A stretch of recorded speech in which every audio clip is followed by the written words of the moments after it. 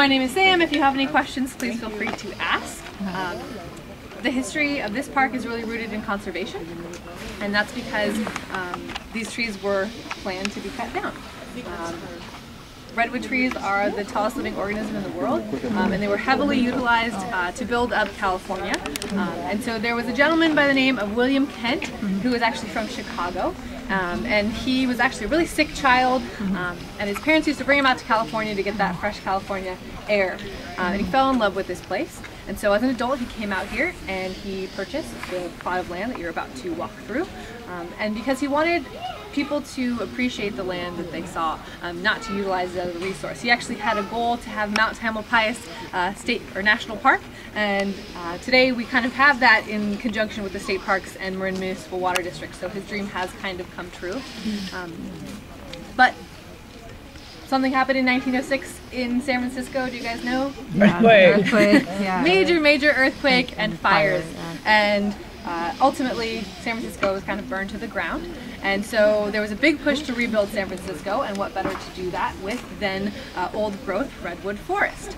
And so water company actually condemned the land, was going to cut down all these trees and turn where we're standing into a reservoir ultimately.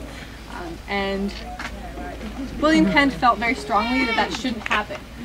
He felt that he could walk through these trees and find inspiration, solitude, peace and quiet. It was a place for people to enjoy and not to utilize as this kind of resource that people were seeing. And so he had gone to Yale. He had some friends in high places, and one of them being Gifford Pinchot, we know today as the father of the Forest Service, which is a different entity than we are. But through his connection, he was able to get in touch with our president at the time, Teddy Roosevelt, who was also a major conservationist. And through that connection, he explained what the issue was going on about these wonderful trees, the possibility of them being cut down, and what he could do to save it. The Antiquities Act of 1906 had come into play, and so that the president, not Congress, could declare any piece of land for the people of the United States. Most national parks are delegation through Congress, so you have to wait through all the hooplas and the hoops to figure out if you can get that a national park, whereas a monument can be designated by that one single person, the president. And so William Kent donated his land. It was actually the most amount of land that had ever been donated by a single individual, and this was declared a national monument. It was declared a monument January 9th, 1908. That was one day before the trees were going to start being cut down. So by the hair of our titty chin chin, we had these trees saved for us. Most people ask why we're not standing at William Kent National Monument, since he was the gentleman who put forth his land and his efforts to save these trees. It's because he didn't want his name on it. He had been inspired by somebody else, and that gentleman was John Muir, somebody who saw some of these places, these beautiful places, in a different way than most of the United States was seeing it at the time. And so that really is rooted in our conservation history here in the forest. A little bit about the trees. So we are not the tallest nor the biggest coastal redwoods, but probably, and actually we are the most visited of the redwoods. So the tallest redwood they found to date is in Redwoods National Park. That tree is 380 feet tall. Our trees here, tallest, are about 260 feet tall, so 120 less. But the amount of visitation that we see in comparison to redwoods, we see on average about 2,000 visitors a day, upwards into 4,000 during our peak season, which is starting right about now. And so the amount of people we see in one day is about the amount that those trees see in 1 month. Wow. So we definitely see a whole lot more visitation. All sorts of different people come to visit us. We're only 11 miles from San Francisco, and so that really provides one of those tourist destinations. Like I said, tallest living organism in the world. Root system only goes down into the ground about 10 to 12 feet. Oh, wow. And so, are they not falling over? Like you still want to walk in the woods? Yeah. But they actually extend. So they extend their root systems out 50, 60, even 100 feet in some places. Oh, wow. And they intertwine with the other trees in the forest. So it's one of the reasons why we're so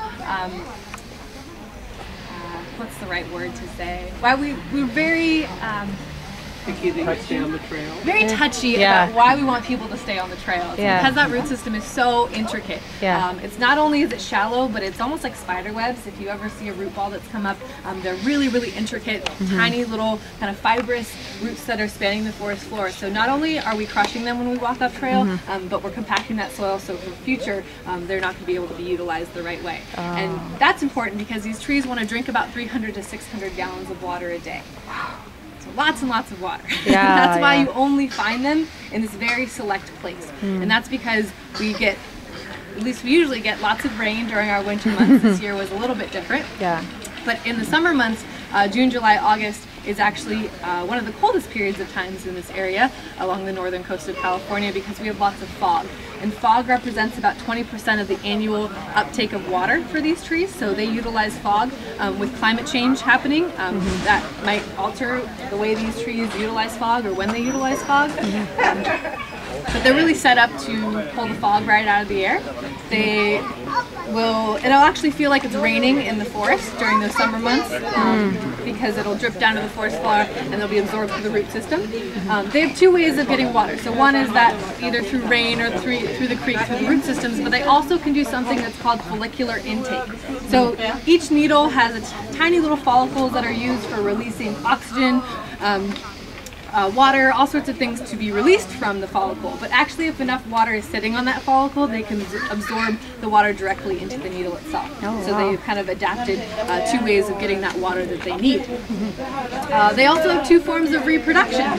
So we think of an evergreen tree having cones, and so if you look at the forest floor, you might see these tiny little cones about the size of an olive. Those are the cones of a coastal redwood tree. So one of the smallest of the cone-bearing trees comes from the tallest living organism, which is pretty impressive. And each one of those cones has little seeds that fall down to the forest floor, but it's actually their backup method for reproduction. So only about 4 or 5% of our forest actually grows from seed. It's for genetic diversity for these trees. And so as you walk through the forest, you'll notice the bases of the trees, a lot of them have what's called a burl on them. It looks almost like a hive if it's farther up the tree. It's kind of a warty looking growth on the tree, and that is a burl. And what a burl is growth cells that are just being told not to grow by that parent tree, being chemically inhibited until something happens to the tree. So usually something stressful. So if those root systems get crushed, the compaction of the soil, a large limb comes off the tree in a windstorm, it loses the crown of the tree, flood, fire, drought, lots of things can stress out a coastal redwood tree, and when that happens, it'll send a signal to that burl and it'll say, something's changed in my environment and I'm going to tell you to start growing. And so you'll see these little sprouts coming off the bases of the trees, and it actually, as you walk through the forest, you might notice that there's lots of clusters of trees together. Those little tiny baby trees that are coming off the bases are actually genetic clones of that parent tree. And we have what we see are what are called family circles.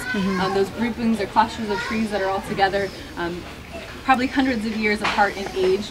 The average age of our trees here in the forest are about 1,200. The oldest trees are 1,200 years old. The average age is about 500 to 800 years old. So very, very old trees.